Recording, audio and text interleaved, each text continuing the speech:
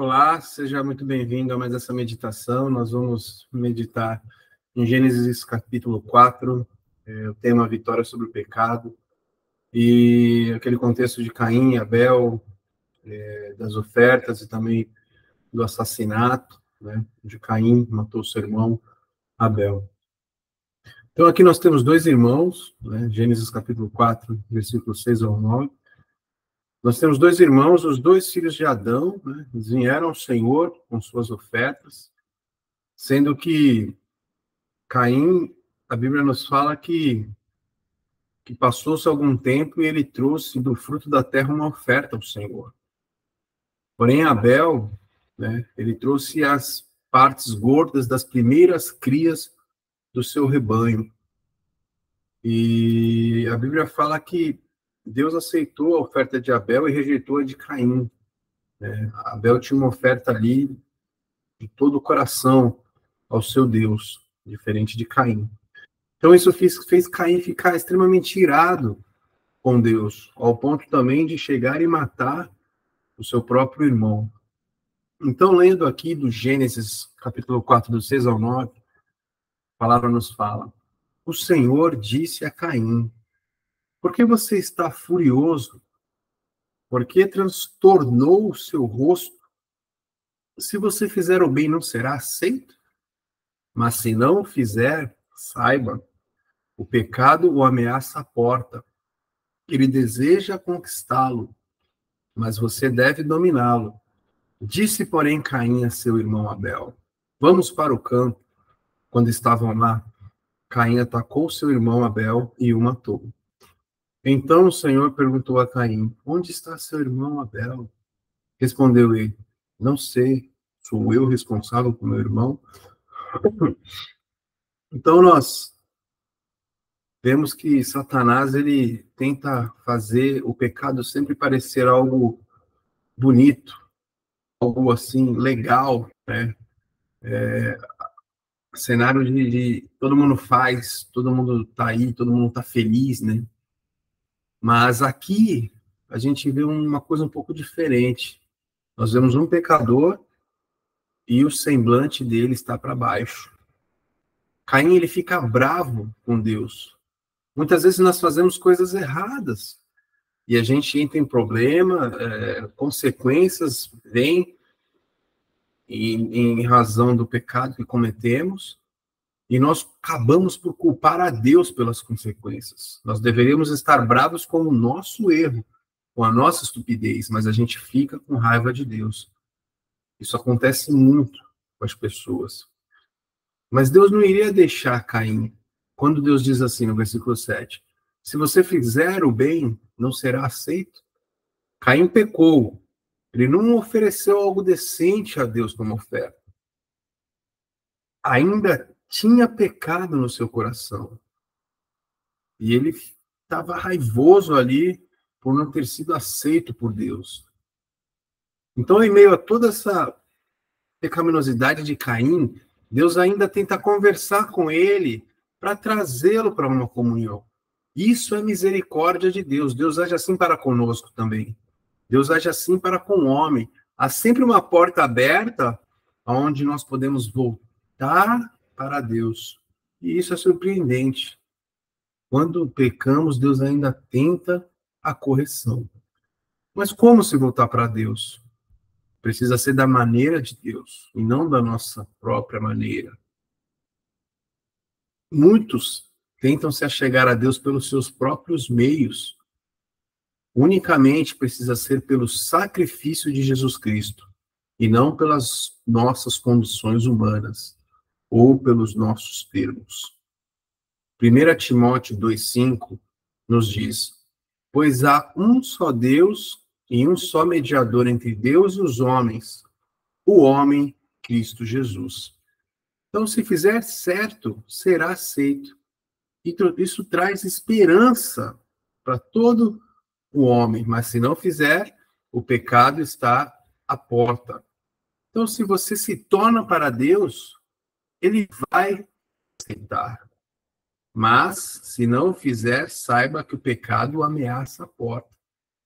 Pecado significa ultrapassar a marca, O pecado, ele ameaça a porta. Você ultrapassou a marca estabelecida por Deus para a sua vida. Você foi longe demais. Se você não tem comunhão com Deus, provavelmente você ultrapassou essa marca. Deus não se faz um com o pecador. Se o pecado vive em nosso coração, reina, nós não estamos em comunhão com Deus. Então, ele deveria estar irritado com o pecado na vida dele, e não com Deus. Nós deveremos estar irritados com o pecado na nossa vida, e não com Deus. A ferida do pecado, ela dissemina. Você, quando peca, não fere só você, você peca diversas pessoas. Você fere diversas pessoas, na verdade. E o maior ferido é o próprio Deus. Porque, na verdade, dói no coração de Deus. Muitos se ferem, pois não querem viver uma vida certa com Deus e desfrutar dos benefícios de uma comunhão sincera. Comunhão com Deus é bênção, é fonte de alegria. Agora, a comunhão quebrada com Deus, ela ocorre quando nós vivemos uma vida de pecado. O pecado sempre é uma porta de bloqueio para nossa comunhão com Deus. Comunhão com Deus é algo muito, muito bom. É uma fonte de bênçãos para todos nós. Então, Deus quer tocar em você, seja o que for que você sabe que precisa de mudança na sua vida. Seja orgulho, seja egoísmo, seja algum pecado, Deus quer transformar você. Satanás também deseja você. Jesus falou para Pedro isso, que Satanás queria destruir a vida de Pedro. E assim como fez com Jó, ele quer controlar a sua vida também para destruir. O inimigo quer fazer calamidades na sua vida. O pecado, ele destrói. O pecado, ele quer reinar em nós. E muitas vezes nem percebemos a destruição que está causando em nossas vidas. Veja essas pessoas que bebem, usam drogas, são presas. A falsa liberdade, né, que a pessoa acha que está usufruindo dessa liberdade, mas é uma falsa liberdade que depois esse vício aprisiona a pessoa e tira a liberdade da pessoa. E ela fica presa, cativa, sendo destruída no pecado. O pecado destrói de um jeito que muitas vezes você nem percebe que ele está te destruindo. Então, nós sempre vamos cruzar com dois tipos de pessoas no mundo.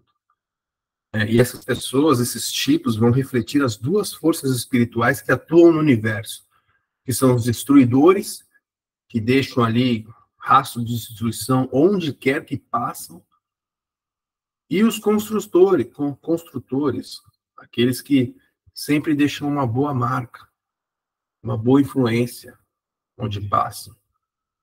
E você, que tipo de influência tem exercido?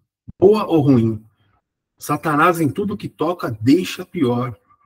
Já o Espírito de Deus, em tudo que toca, quando toca em mim, em você, ele vai nos deixar melhor. As pessoas ao redor notam sobre você, sobre o que a sua vida demonstra, sobre o que a sua vida exala. Nós somos governados pelo pecado ou nós governamos o pecado? Nós vencemos o pecado. Quantas vezes nós prometemos não fazermos novamente algo e voltamos a errar? Provérbios 26:11 nos diz: como o cão volta ao seu vômito, assim o insensato repete a sua insensatez. Vitória sobre o pecado. Precisa-se de um poder maior que o nosso, maior que o seu, para vencer o domínio do pecado. O pecado deseja as nossas vidas, mas nós precisamos ser vitoriosos sobre ele. Precisa de um poder vindo de Deus para vencermos o pecado. Maior é o que está em nós do que o que está no mundo, a palavra nos diz. Então, estar em Cristo, olhar para Cristo, comunhão com Cristo, viver pelo Espírito, não cumprirei os desejos da carne. Então, Deus pode restaurar toda uma vida perdida. Se você fizer o que é certo, você será aceito por Deus. Amém? Nós vamos orar aqui para concluir. Querido Deus e Pai, obrigado por esta meditação. Que seja um canal de bênção para quem precisa de mudança, para quem precisa de transformação, para quem precisa do nome do Senhor Jesus ajudando. para uma transformação de vida e uma comunhão contigo. Em nome de Jesus, abençoa essa vida. Amém. Em um pensamento final, ou nós fazemos com a nossa força, só que nós vamos sucumbir na nossa força. Melhor é a gente fazer com a força de Deus. Ele quer governar, Deus quer tratar essa área da nossa vida que precisa de mudança. Então, pelo Espírito Santo de Deus, deixa ele controlar, conduzir, peça a ele que te ajude e controle a sua vida para vencer o que precisa ser vencido. Amém? Deus abençoe você.